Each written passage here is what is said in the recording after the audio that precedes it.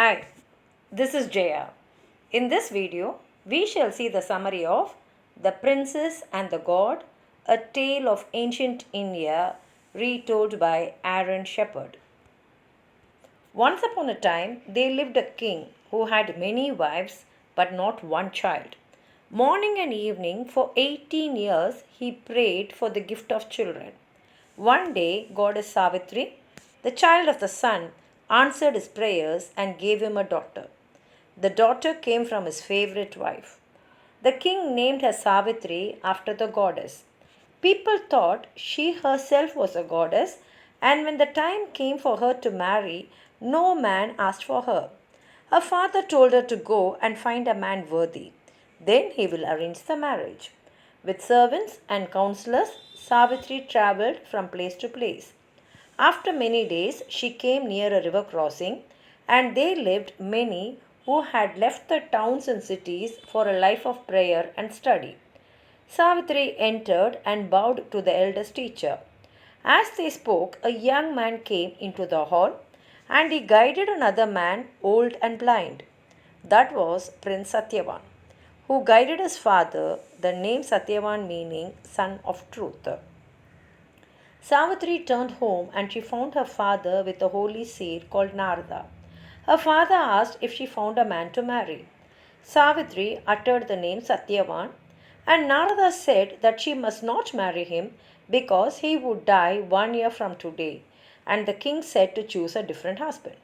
Savitri said she had chosen Satyavan and would not choose another.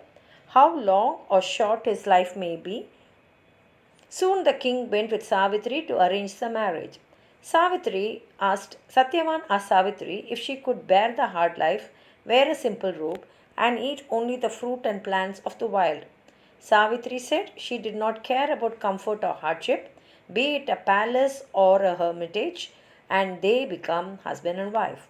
For a year they lived happily, but Savitri never forgot Satyavan's death. Finally, only 3 days remained. Savitri entered the hall of worship, and there she prayed for 3 days and night, not eating or sleeping. Satyavan asked why she was praying and fasting, but Savitri did not answer. The next day, Satyavan went to the forest with an axe on his shoulder. Savitri rushed to his side, and Satyavan said to stay and rest, but she said that she wanted to go with him. Savitri and Satyavan walked over hills. While Savitri rested, Satyavan chopped firewood from a fallen tree. Suddenly he dropped his axe and said that his head ached. Savitri rushed to him and she set him down in the shade of a tree. Satyavan said that his body was burning. He then closed his eyes and his breathing slowed. Savitri looked up, and there was a man whose skin was darker than the darkest night. His eyes and his robe were red. Savitri asked who he was. Yama gently said he was the god of death, and it was now time to take the spirit of Satyavan. Yama then said that happiness awaits a husband in his kingdom, for Satyavan was such a gentle man. Savitri then followed Yama, and she struggled to keep up. Finally, Yama turned to her and said that she could not follow him to the land of the dead alive. Savitri said to Lord Yama that she knew that his duty was to take a husband, but her duty as his wife was to stay beside him. Yama then said that the duty had ended and that he admired her loyalty and that he would grant her a favor, but anything the life of her husband. Savitri asked to restore her father in law's kingdom and sight. Yama granted the same and he headed towards south. Savitri followed along a river bank where they were full of thorns and tall, sharp grass. Yama was untouched, but it tore Savitri's clothes and skin. Savitri said to Yama that her husband would find happiness in his kingdom, but he carried away her happiness, that is, her husband. Yama said that even love must bend to fate, and said that he would grant her another favor, and again anything but the life of her husband. Savitri asked for the grant for many more children than to her father. Yama once more turned south, and again Savitri followed. Yama told her not to come. Savitri said she would remain near Satyavan. Yama said that he admired her courage. He then said that he would grant her one last favor again, anything she can ask, but not the life of her husband.